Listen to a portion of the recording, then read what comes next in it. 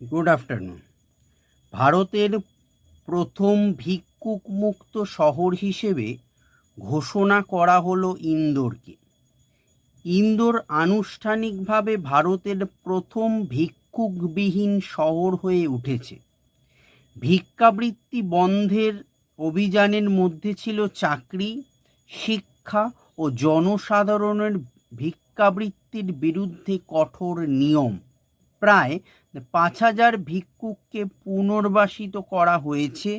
1 বছর আগে প্রশাসন এই অভিযান শুরু করার আগে শহরের রাস্তায় প্রায় 5,000 ভিক্ষুক ঘুরে বেড়াত।